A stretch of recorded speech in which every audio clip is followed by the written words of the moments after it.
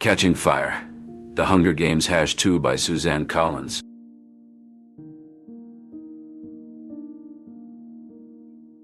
The Weight of Deception.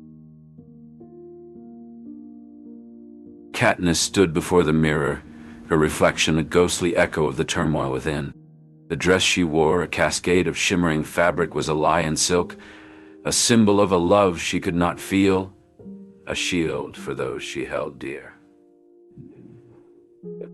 As she adjusted a stray thread, the cool touch of the material reminded her of Gale's distant warmth, his face a silent testament to the stakes of this charade.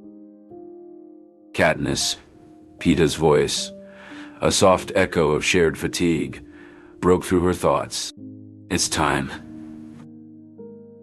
She faced him, the golden boy who bore the world's sorrow in his gaze. I know, she whispered, her voice a shadow. How do we keep weaving these lies, Peeta? The smiles, the waves, when my heart seethes with anger. Peeta drew near, his hand a steady presence against her trembling one. Because we must, he said, eyes locked with hers. For Gale, for our families, for the flicker of hope that survives in the darkness because of us. A knock heralded Haymitch's arrival, his face a map of lines drawn by worry. Time to don the masks, he said, a gentle edge to his words. Every smile, every wave, it's all a move in the game, a game we dare not lose. As they approached the chariot that would parade them before the Capitol, Katniss felt a shiver trace her spine, the specter of deceit wrapping its cold fingers around her. She fought the creeping dread, her hand finding Peeta's, seeking solace in his touch. Cameras flashed, immortalizing the facade of the perfect couple as the crowd's roar washed over them. Wave, Katniss, Peeta murmured, a lifeline in the tumult. With a mechanical smile, Katniss surveyed the sea of faces, her gaze sharp for any flicker of rebellion. The Capitol's citizens were spellbound, lost in the illusion, but she heard the unspoken unrest, the whispers that rustled like leaves in a storm. The chariot wove through the throng, and Katniss's mind wandered to the victory tour, to the districts and faces yet unseen. Would they find allies there, hearts brave enough to challenge the Capitol's iron grip? The procession halted, and Katniss stepped down, her eyes meeting President Snow's chilling smile. Welcome, Katniss and Peeta, he intoned, honeyed words laced with venom. Are you enjoying the celebration? Her smile was faltered, a fleeting crack in her armor, but she quickly wove it back into a tapestry of feigned delight. It's all so magnificent, she said, her voice dripping with a sweetness that belied the steel beneath. The lights, the colors, the faces, it's like a dream. Snow's eyes, sharp as shards of glass, seemed to dissect her every word, searching for the truth she guarded so fiercely. A dream indeed, he replied, the threat in his words veiled by a veneer of charm. But remember, dreams can be quite revealing. Katniss felt the warning in his tone, a serpent lurking in the garden of his words. She nodded, her resolve hardening like ice. We'll remember, she assured him, her hand tightening on Peeta's. Together, they turned to face the crowd, their smiles masks that hid the simmering rebellion within. As the anthem of the Capitol swelled around them, Katniss knew the true weight of deception was not in the lies they told, but in the truths they must conceal to survive. A glimpse of rebellion. As Katniss and Peeta emerged into the sweltering heat of District 11, the atmosphere was thick with the scent of fresh earth and the murmur of the gathered crowd. The sun beat down mercilessly, casting a harsh light on the faces of the onlookers, where hope and anger danced in a precarious balance. The sound of their footsteps was muffled by the soft chanting that began to swell as they approached. It was a sound full of sorrow and strength, a rhythm that seemed to pulse with the heartbeat of the district itself. The air was heavy with the aroma of ripening grain, a stark reminder of the land's generosity and the Capitol's greed. Peeta's grip on Katniss's hand tightened, a silent acknowledgement of the storm of emotions that threatened to overwhelm them both. Their eyes met, sharing a wordless conversation of fear and determination. As they moved through the crowd, the three-finger salute from District 12 was mirrored back at them, not just as a sign of respect for Rue, but as a silent vow. Each gesture was a thread weaving a tapestry of shared grief and unspoken resolve. It was a promise that Rue's memory would be honored, not just in mourning her loss, but in continuing her fight.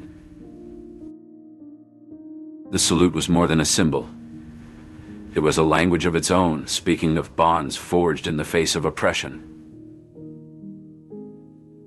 A language of its own, speaking of bonds forged in the face of oppression, and of the quiet defiance that simmered beneath the surface.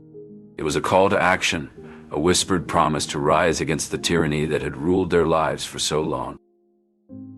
Katniss's eyes locked onto the faces before her, searching for a glimmer of hope, of rebellion. She saw it in the determined set of a young woman's jaw, in the fire that burned in an old man's eyes. It was a spark, fragile and flickering, but it was there, waiting to be fanned into a flame. President Snow's presence loomed large over them, his cold, calculating eyes watching every move they made. Katniss felt the weight of his gaze, the pressure to conform, to play the role he had assigned to her. But she refused to back down, to be cowed by his intimidation.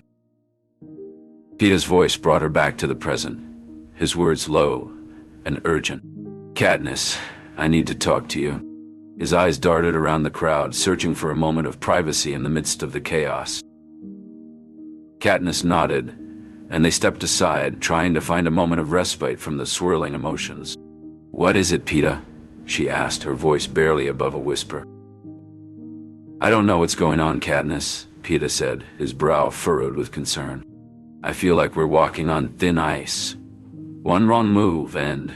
He trailed off, the unspoken threat hanging in the air like a challenge. Escape and alliance. Katniss felt a strong connection to Gale, and the thought of him with someone else stirred feelings of anger. As she prepared for the victory tour, she couldn't help but imagine a future where she and Gale could be free from the capital. Walking through the woods, she encountered Twill and Bonnie from District 8, who shared their story of a suppressed rebellion. "We managed to secure key locations at first," Twill said. "But then the peacekeepers brought in more firepower." Bonnie added, "They bombed our strongholds. We had to flee." Their tale of resistance gave Katniss hope. She bid farewell to Twill and Bonnie with a renewed sense of purpose. Plutarch Heavensby, the new head game-maker, also hinted at dissent in District 8, suggesting a broader unrest. "People are tired of the capital's oppression," he told Katniss. "Why couldn't it happen everywhere, even in District 12? This made Katniss ponder the possibility of an ally in Plutarch. With the victory tour looming, she struggled with her public persona and her true feelings.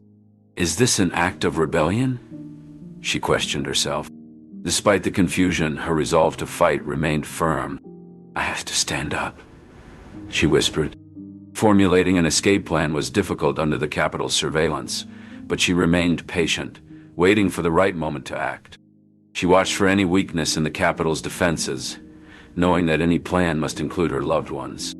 The risks were high, but freedom in joining the resistance fueled her determination. As she worked with Peeta in secret, gathering supplies and information, the urgency of their situation pressed upon her.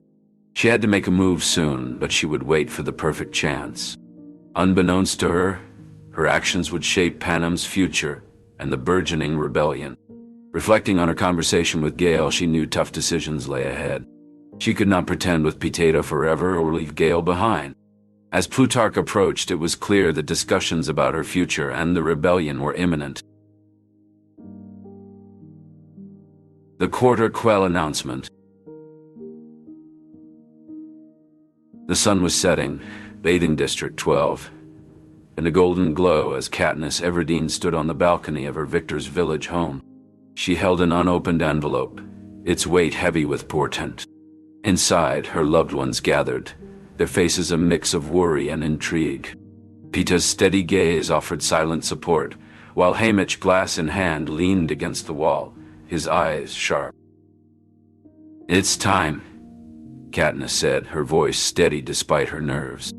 She broke the seal and read, "As victors of the 74th Hunger Games, you are invited to participate in the 75th Hunger Games, the third quarter quell." A collective gasp filled the room. Gale, his voice tight, asked about the quell's details. Katniss continued, "This year the tributes will be reaped from the existing pool of victors." Silence fell, heavy and suffocating. Peeta touched Katniss's shoulder. "We knew this could happen," he said softly. Katniss nodded. "Knowing doesn't make it easier," she whispered. Haymitch pushed off the wall. "This quell is personal. Snow wants to make an example of us, to show that no one is beyond his reach." The room burst into anxious conversation as the weight of their expectations rested on Katniss. As the sun sank, she knew the games had never truly ended, and their battle for survival continued. Unity and defiance. The sun bore down on them, a relentless force in the vast arena. Katniss, with the weight of responsibility heavier than any pin, felt the gaze of the capital upon her.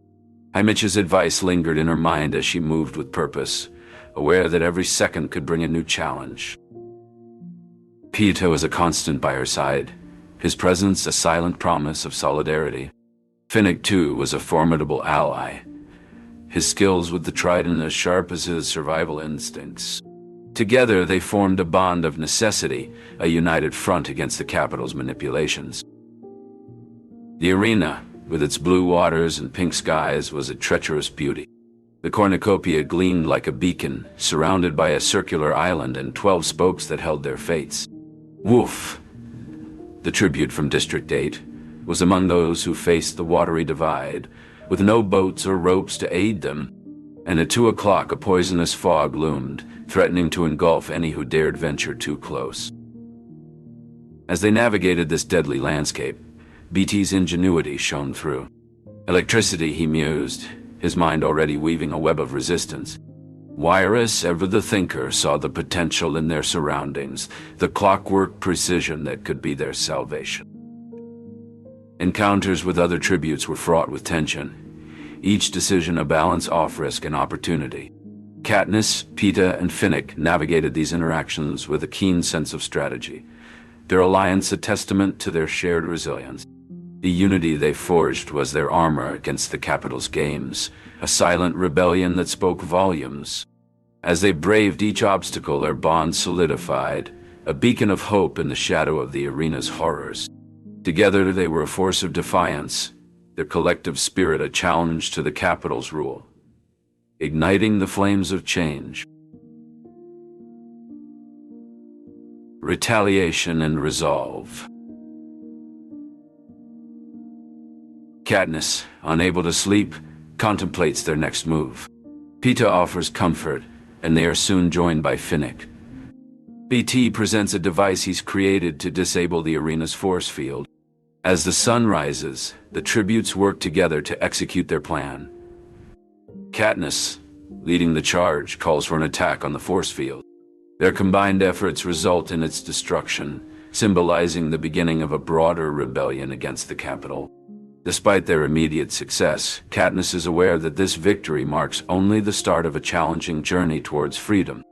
She stands ready to continue the fight as the symbol of the rebellion, the Mockingjay. Shattering the force field. Katniss stood in the center of the arena, her heart racing as she witnessed the destruction she had unleashed. The force field that once enclosed them lay in ruins, the result of her bold action. But now, chaos reigned. The remaining tributes found themselves trapped in a wedge, an invisible barrier preventing their escape. Katniss. Peeta's voice echoed through the wall. Katniss, can you hear me? Peeta. I'm here, she replied, her voice steady despite the turmoil around her. The sound of birds filled the air, a chorus of horror that struck fear into the hearts of the tributes. Finnick turned to Katniss, his eyes wild with determination. We have to fight back. Those birds are relentless. Katniss nodded, her bow at the ready. We won't go down without a fight. Together they faced the onslaught of the birds, their efforts a testament to their resolve. In the aftermath of the attack, silence enveloped the arena.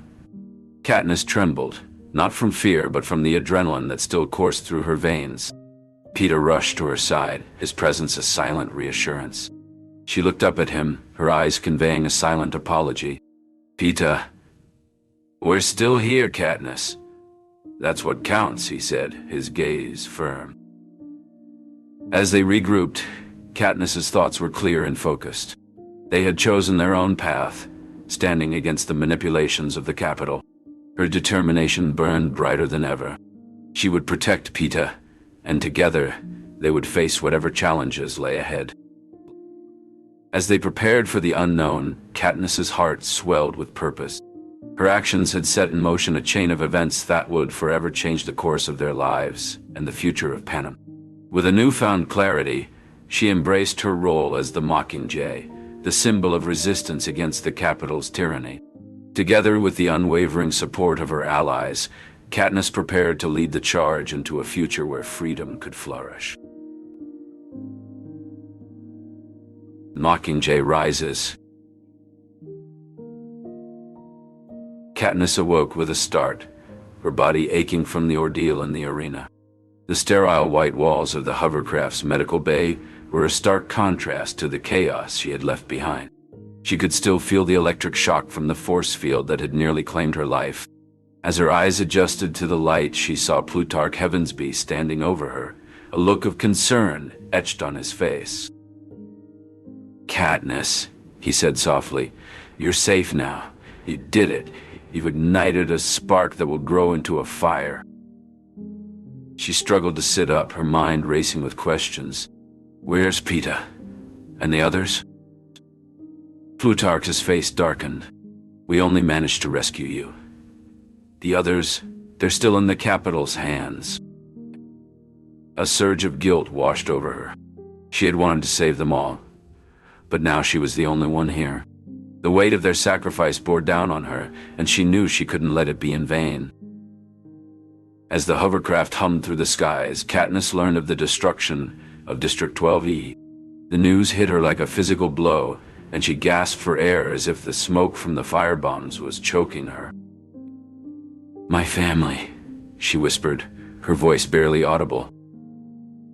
They're alive, Katniss, Plutarch reassured her. They made it to District 13. It's time for you to join them and see for yourself. They've been worried sick. The reunion was brief, however, as the reality of their situation quickly set in. District 13 was alive with the stirrings of rebellion, and Katniss was at its heart. She would stand as the Mockingjay, the emblem of the uprising. Her presence alone inspired those around her, and she felt the weight of this new role. The Mockingjay had risen indeed, but the fight was just beginning.